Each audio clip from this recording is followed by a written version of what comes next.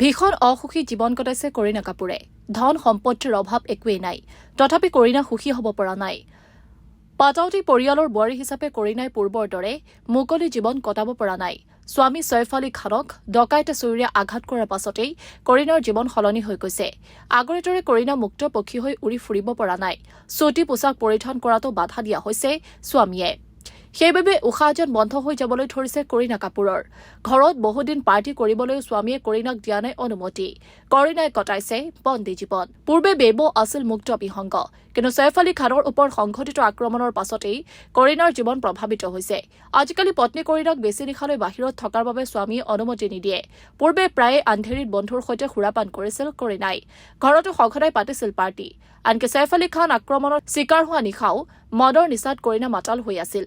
কিন্তু বৰ্তমান মানৱীসকলক নিমন্ত্ৰণ কৰি পাৰ্টিৰ আয়োজন কৰিবলৈ কৰিনাক অনুমতি নিদিয়া হৈছে স্বামীয়ে। আৰক্ষীৰ নিৰ্দেশ অনুসৰি ছৈফ আলী খান সাৱধানে থাকিবলৈ বাধ্য হৈছে।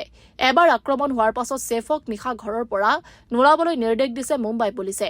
সেয়ে ছৈফে কৰিনাকো কেৱল দিনতহে ঘৰৰ পৰা ওলাবলৈ দিছে অনুমতি।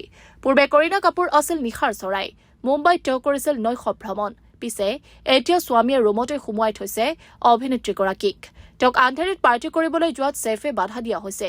স্বামীৰ বাধাৰ বাবে প্ৰথমে কৰিনাই ঠেহ পাতিছিল, কিন্তু আৰক্ষীয়েও পৰিয়ালটোক সাৱধানতা অৱলম্বন কৰিবলৈ নিৰ্দেশ দিলে।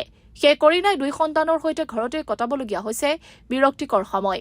অভিনেত্ৰীগৰাকীৰ মনোৰঞ্জনৰ ব্যৱস্থা নোহোৱা হৈ পৰিছে। ইয়াৰ মাজতে প্ৰকাশ পাইছে ধৰ্ম সলনিৰ খবৰ।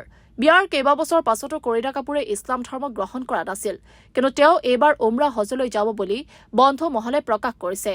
হজলৈ যোৱাৰ বাবে যিহেতু ইছলাম ধৰ্ম গ্ৰহণ কৰাটো বাধ্যতামূলক, সেই কৰিনাই ত্যাগ কৰিবলৈ ওলাইছে হিন্দু ধৰ্ম।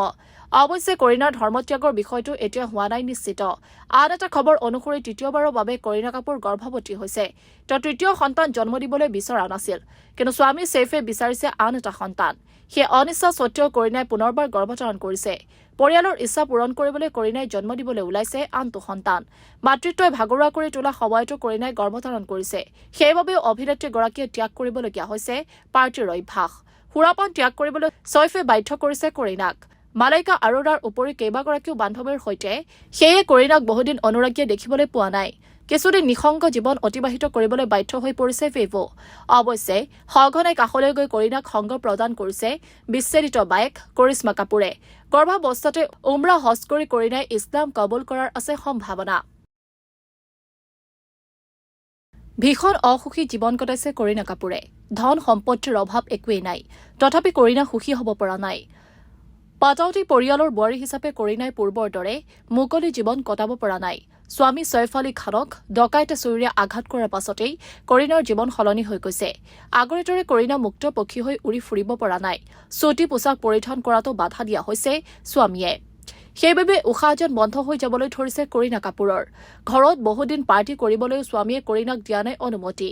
কৰিনাই কটাইছে বন্দী জীৱন। পূৰ্বে বেবো আছিল মুক্ত বিহংগ, কিন্তু ছৈফ আলী খানৰ ওপৰত সংঘটিত আক্ৰমণৰ পাছতেই কৰিনাৰ জীৱন প্ৰভাৱিত হৈছে। আজিকালি পত্নী কৰিনাক বেছি নিশালৈ বাহিৰত থকাৰ বাবে স্বামীয়ে অনুমতি নিদিয়ে। পূৰ্বে প্ৰায়ে আন্ধেৰীত বন্ধুৰ সৈতে সুৰাপান কৰিছিল কৰিনাই। ঘৰতো সঘনাই পাতিছিল পাৰ্টি। আনকি ছৈফ আলী খান আক্ৰমণৰ চিকাৰ হোৱা নিশাও মদৰ নিচাত কৰিনা মাতাল হৈ আছিল। কিন্তু বৰ্তমান মানৱীসকলক নিমন্ত্ৰণ কৰি পাৰ্টিৰ আয়োজন কৰিবলৈ কৰিনাক অনুমতি নিদিয়া হৈছে স্বামীয়ে। আৰক্ষীৰ নিৰ্দেশ অনুসৰি ছৈফ আলী খান সাৱধানে থাকিবলৈ বাধ্য হৈছে। এবাৰ আক্ৰমণ হোৱাৰ পাছত ছৈফক নিশা ঘৰৰ পৰা নোলাবলৈ নিৰ্দেশ দিছে মুম্বাই পুলিচে। সেয়ে ছৈফে কৰিনাকো কেৱল দিনতহে ঘৰৰ পৰা ওলাবলৈ দিছে অনুমতি। পূৰ্বে কৰিনা কাপুৰ আছিল নিশাৰ চৰাই। মুম্বাইত তেওঁ কৰিছিল নৈশ ভ্ৰমণ। পিছে এতিয়া স্বামীয়ে ৰুমতে সুমুৱাই থৈছে অভিনেত্ৰীগৰাকীক। তেওঁক আন্ধেৰীত পাৰ্টি কৰিবলৈ যোৱাত ছৈফে বাধা দিয়া হৈছে। স্বামীৰ বাধাৰ বাবে প্ৰথমে কৰিনাই ঠেহ পাতিছিল, কিন্তু আৰক্ষীয়েও পৰিয়ালটোক সাৱধানতা অৱলম্বন কৰিবলৈ নিৰ্দেশ দিলে। সেই কৰিনাই 2 সন্তানৰ সৈতে ঘৰতে কটাবলগীয়া হৈছে বিৰক্তিকৰ সময়। অভিনেত্ৰীগৰাকীৰ মনোৰঞ্জনৰ ব্যৱস্থা নোহোৱা হৈ পৰিছে। ইয়াৰ মাজতে প্ৰকাশ পাইছে ধৰ্ম সলনিৰ খবৰ। বিয়াৰ কেইবাবছৰ পাছতো কৰিনা কাপুৰে ইছলাম ধৰ্ম গ্ৰহণ কৰা নাছিল, কিন্তু তেওঁ এইবাৰ উমৰা হজলৈ যাব বুলি বন্ধু মহলে প্ৰকাশ কৰিছে। হজলৈ যোৱাৰ বাবে যিহেতু ইছলাম ধৰ্ম গ্ৰহণ কৰাটো বাধ্যতামূলক, সেই কৰিনাই ত্যাগ কৰিবলৈ ওলাইছে হিন্দু ধৰ্ম। অৱশ্যে কৰিনাৰ ধৰ্মত্যাগৰ বিষয়টো এতিয়া হোৱা নাই নিশ্চিত। আন এটা খবৰ অনুসৰি তৃতীয়বাৰৰ বাবে কৰিনা কাপুৰ গৰ্ভৱতী হৈছে।